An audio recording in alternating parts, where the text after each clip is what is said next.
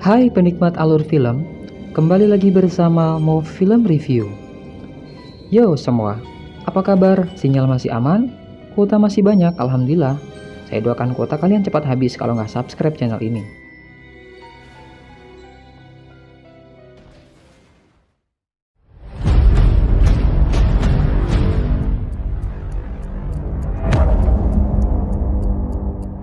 Sebelum itu jangan lupa klik tombol subscribe, like dan komen, serta beri kritik dan saran di kolom komentar di bawah.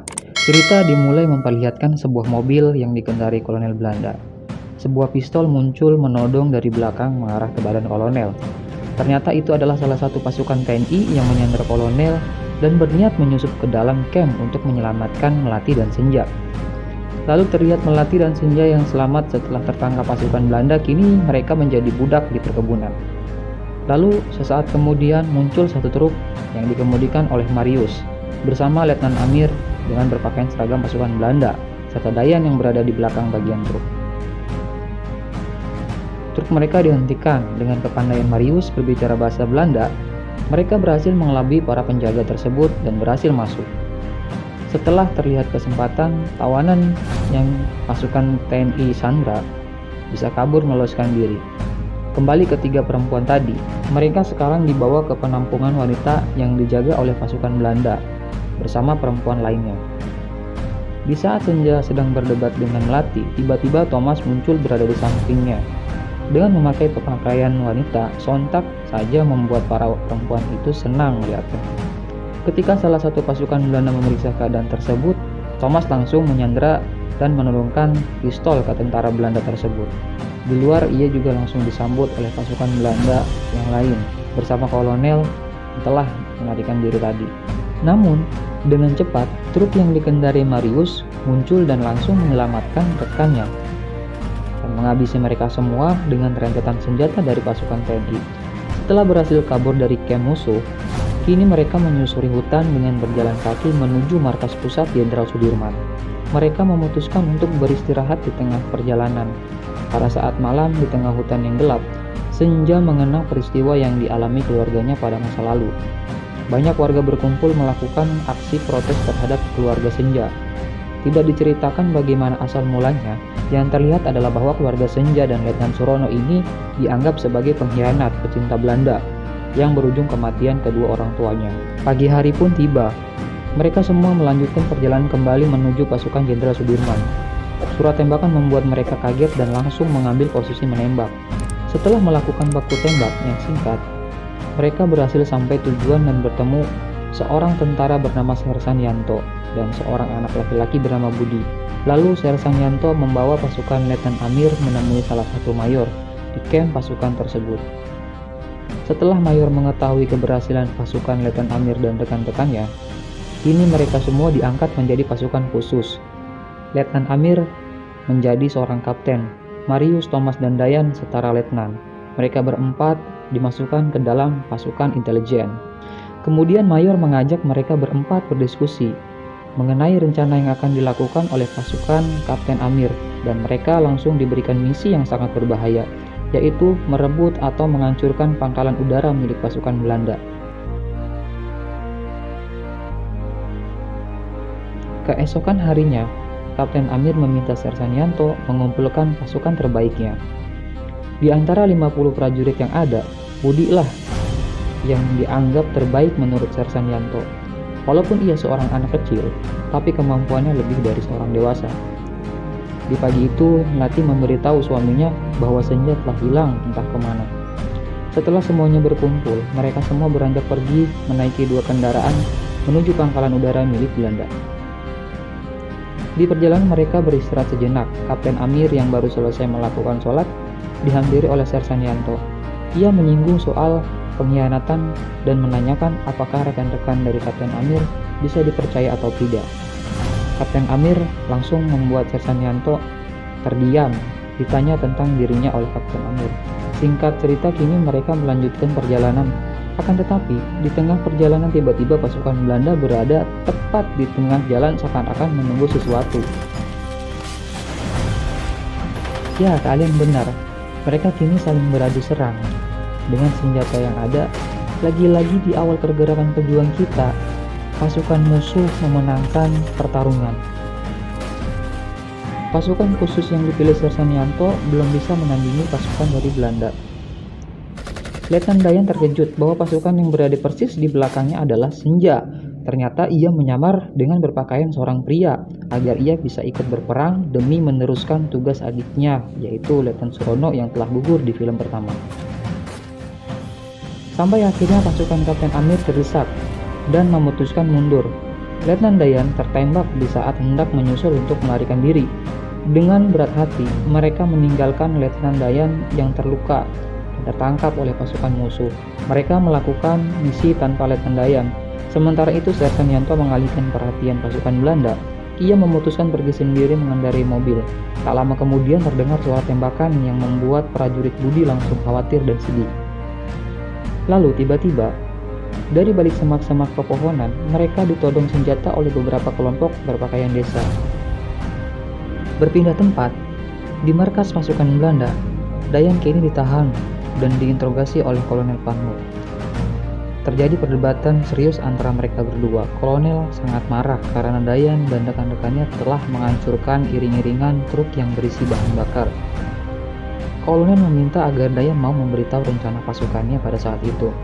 Alasan Kolonel betah tinggal di Indonesia adalah mudahnya menyelundupkan narkotika ke Pulau Jawa yang saat ini ia kuasai. Dayan disiksa di tempat itu. Luka demi luka diberikan ke seluruh tubuh Dayan agar ia mau berbicara tentang rencana yang akan dilakukannya. Namun hal yang sangat mengejutkan terjadi. Dayan sangat terkejut dan marah dengan apa yang dia lihat oleh matanya. Terlihat Sersan Yanto berdiri di depannya dan mengatakan bahwa ia mendukung para pasukan Belanda. Itu menjadi alasan kenapa Sersan Yanto sangat menyinggung tentang pengkhianatan yang dia tanyakan kepada Kapten Amir. Di lain tempat, Kapten Amir dibawa menghadap Pak Kiai secara pribadi. Di hadapannya terdapat banyak dinamit atau bahan peledak yang sangat banyak. Pak Kiai meminta dan mempercayakan Kapten Amir menggunakan ini untuk mempermudah perjuangan Kapten Amir dan rekan-rekannya. Kembali lagi ke Dayan yang tersiksa di hadapan si pengkhianat itu, Dayan tetap teguh dan tidak memberitahu rencananya. Kesal dengan jawaban dari Dayan, Kolonel menyuruh anak buahnya melakukan hal yang sangat mengerikan, yaitu memotong lidah Dayan sampai putus. Lalu Dayan dibuang oleh pasukan Belanda di pinggir jalan dengan kondisi yang penuh luka. Kemudian terlihat seorang wanita cantik menolong Dayan dan membawanya. Sekarang pasukan Kapten Amir yang tersisa kini sudah berada di sebuah rumah yang telah Mayor Fadli katakan. Senja yang merasa bosan mencoba keluar untuk memeriksa keadaan di luar. Thomas pun tak tinggal diam dan ikut dengan Senja. Mereka sampai di tempat hiburan di daerah itu. Senja dan Thomas menguping pembicaraan kolonel dan rekannya. Di saat hampir ketahuan, dengan sengaja Thomas mencium Senja agar mereka tak diketahui sedang menguping. Lalu dengan cepat mereka kembali pulang menemui Kapten Amir. Setelah bertemu Kapten Amir, Senja mengatakan bahwa kolonel menyuruh seluruh pasukan Belanda yang berada di markas besar menyebar di gudang senjata, gudang bahan bakar, dan lapangan udara untuk memperketat penjagaan.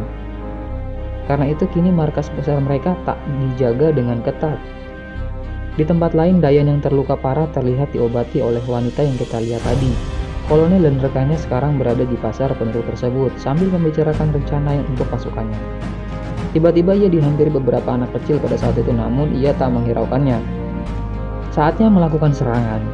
Diawali dengan pergerakan Thomas dan Budi, dan disusul anak buah Pak Kiai tentunya. Menyusuri tempat demi tempat, melewati tangga dengan siaga, serta menghabisi musuh yang mereka temui agar bisa meletakkan beberapa dinamit untuk menghancurkan tempat tersebut dalam waktu beberapa menit. Ketika mereka mencoba kabur, Budi ketahuan oleh pasukan Belanda dan akhirnya mereka pun saling baku tembak di gedung itu.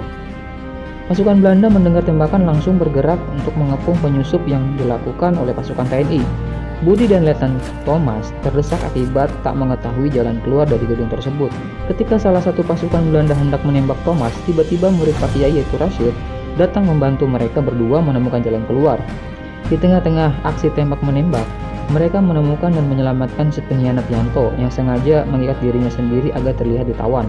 Sedikit demi sedikit mereka berhasil keluar melalui gedung bagian atas dan menyeberang ke gedung sebelah dengan protes tali. Ketika giliran Rashid yang hendak menyeberang, tiba-tiba ia ditembak oleh Yanto dari belakang. Thomas marah melihat kejadian itu. Dia juga mengetahui bahwa lidah yang ia pegang adalah lidah milik Letnan Dayan. Budi merasa tak percaya dengan apa yang dia lihat. Tetapi mereka harus cepat pergi dari tempat itu meninggalkan si pengkhianat. Karena Thomas telah menyiapkan hadiah manis untuknya. Dan boom! Gedung markas Belanda pun hancur. Ledakan tersebut membuat kaget seluruh orang termasuk para pasukan Belanda. Mengetahui markas telah diserang, para pasukan Belanda yang menjaga pangkalan udara bergegas menuju ke gedung yang telah hancur. Terlihat Kapten Amir, Marius, dan Senja telah menunggu kesempatan ini agar bisa menyusup ke dalam pangkalan udara milik Belanda. Di tengah perjalanan, para pasukan Belanda berpasangan dengan Thomas dan Budi yang menyamar dengan bersepeda membersihkan buah rambutan. Setelah itu mereka berhasil berkumpul di dalam pangkalan udara pasukan Belanda. Perlahan mereka menyusup ke dalam ruangan-ruangan untuk meletakkan dinamit yang telah mereka persiapkan. Pasukan Belanda belum mengetahui keberadaan mereka semua. Hingga saat kolonel memantau, ia melihat Kapten Amir yang berlari dari dalam bangunan tersebut dan langsung menyalakan alarm menyusup. Mengetahui bahwa mereka ketahuan, Kapten Amir langsung menyambut pasukan Belanda dengan kiriman peluru dari luar pintu untuk mereka. Lagi-lagi pertempuran senjata pun tak dapat dihindari. Di saat kolonel yang melihat Kapten Amir kehabisan peluru, ia hendak menembak Kapten Amir dengan pistolnya. Akan tetapi ia bingung karena pistol yang berada di pinggangnya hilang tak kemana. Ia langsung tahu dan mengingat kejadian saat di kasar bahwa anak-anak kecil yang mendekatinya itu telah mengambil pistol dari tubuh tanpa ia sadari. Keadaan berbalik, sekarang Kapten Amir lah yang akan menembak kolonel Belanda itu. Namun ledakan pun terjadi sebelum Kapten Amir menarik pelatuk pada senjatanya. Mereka berdua dan tentara yang berada di situ merasakan efek ledakan yang terjadi. Bunyi senjata terus terjadi karena terdesak. Kapten Amir menyuruh rekannya untuk berlindung. Thomas masih berusaha menghancurkan salah satu pesawat, tapi ia dihalangi dengan tembakan musuh dari sisi atas. Ia terjatuh dan peledak yang Thomas pegang ikut terjatuh. Kini dirinya terancam. Thomas mencoba meraihnya namun tangannya tak sampai. Berpikir ia akan mati konyol, akhirnya ia memilih berlari di sayap-sayap pesawat yang akan meledak. Ia masih berusaha dan belum menyerah. Dengan sisa tenaganya, Thomas mencoba menghindari tembakan musuh yang mengarah kepadanya. Thomas berhasil berlindung setelah dibantu oleh Senja. Mereka semua masih dihujani peluru oleh pasukan musuh. Amunisi yang menipis membuat keadaan semakin memburuk tentunya.